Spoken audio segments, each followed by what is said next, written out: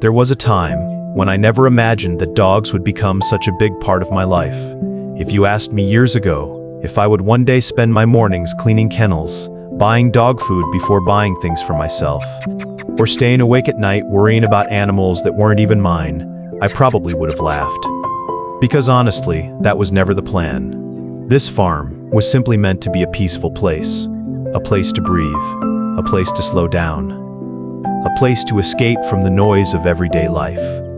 But life has a strange way of changing your plans without asking for your permission. At first, it was just one dog, then another, then another. Some arrived because someone abandoned them. Some wandered in looking for food. Others looked like they had already given up on people. And every single time, I told myself, this will be the last one. Small smile. It never was. You know, people often ask me, what made you start rescuing dogs? The truth is, there wasn't one single moment. There wasn't one dramatic event. It happened slowly, almost quietly. But if I'm being honest, there was one person who planted the seed. His name is Uncle Beard, a man from Hebei, China.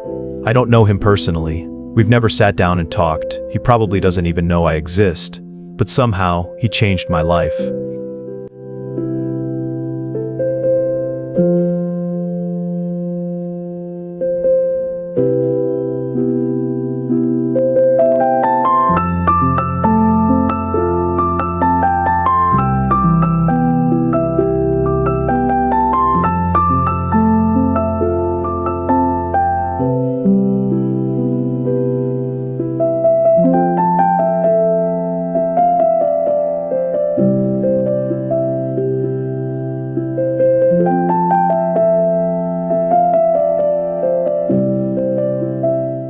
I remember watching one of his rescue videos late at night. It wasn't flashy.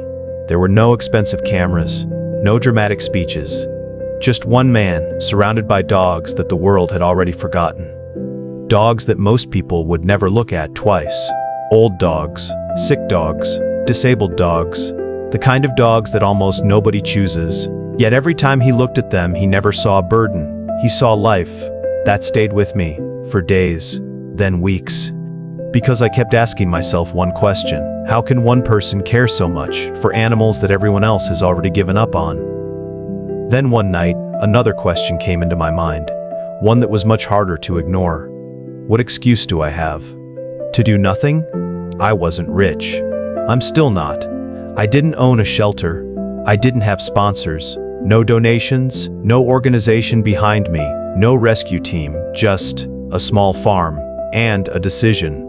Sometimes, that's where every meaningful journey begins. Not with money, not with experience, but with one decision: to stop walking away. So I opened the gate, not because I knew what I was doing, but because I couldn't keep pretending I didn't see them anymore. The hungry ones, the frightened ones.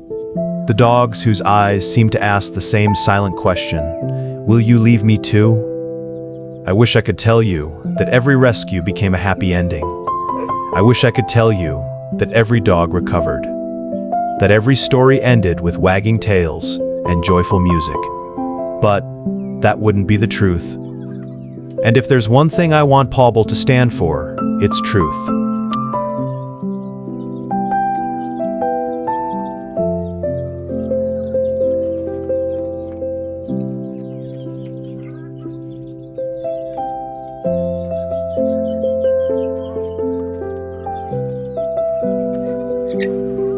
People often tell me, "You're doing such an amazing thing."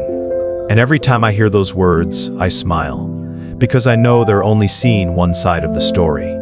They see the dogs running, they see the happy tales, they see the moments that make people smile.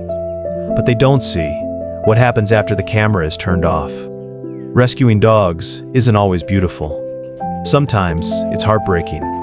There were dogs that came here too late. By the time we found them, their bodies had already given up. Some couldn't even stand. Some refused to eat.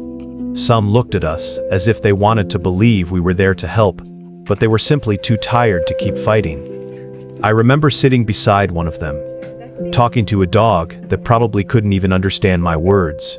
But somehow, I just wanted him to know that for the first time in a long time, he wasn't alone. I told him, "You're safe now." I don't know if he heard me. I don't know if he believed me. But I wanted those words to be the last kindness he would ever feel. He didn't make it. People think the hardest part of rescue is watching them die. It isn't. The hardest part is asking yourself the same question over and over again. If I had found you one day earlier, would you still be here? That question never really leaves you.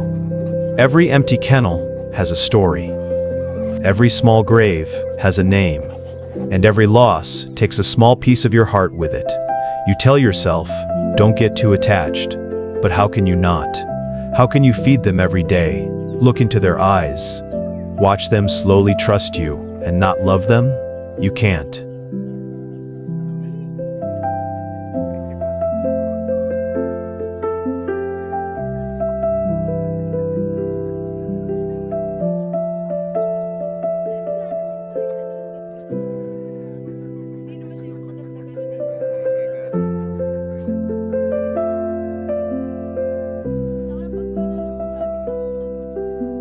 There were nights when I couldn't sleep, not because I was tired, but because I kept thinking about the dogs I couldn't save, their faces, their eyes, the silence after they're gone.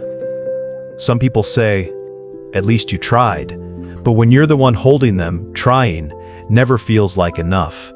Then comes another reality, one that almost nobody talks about: money, dog food, medicine, deworming, vaccines, emergency treatments, vet visits, cleaning supplies, repairs. Every rescued dog comes with responsibilities, and every responsibility has a cost. Pawble has never been backed by a company. There are no investors, no wealthy sponsors, no big organization behind us. Everything we've done has come from what we could personally provide. Some months we're okay. Other months, we quietly ask ourselves, can we still afford to rescue one more? And honestly, those are the moments that hurt the most. Not because we don't want to help, but because sometimes our hearts are ready while our wallets are not. That's a painful feeling. Looking at a hungry dog, knowing exactly what it needs, yet wondering if you'll have enough to keep going tomorrow. But somehow, every single morning when I open the gate, they still come running. Not because they know my name, not because they know what Pawble is. They run, because somewhere along the way, they learned something many of them had forgotten, that not every human will hurt them. And maybe that's worth every sacrifice.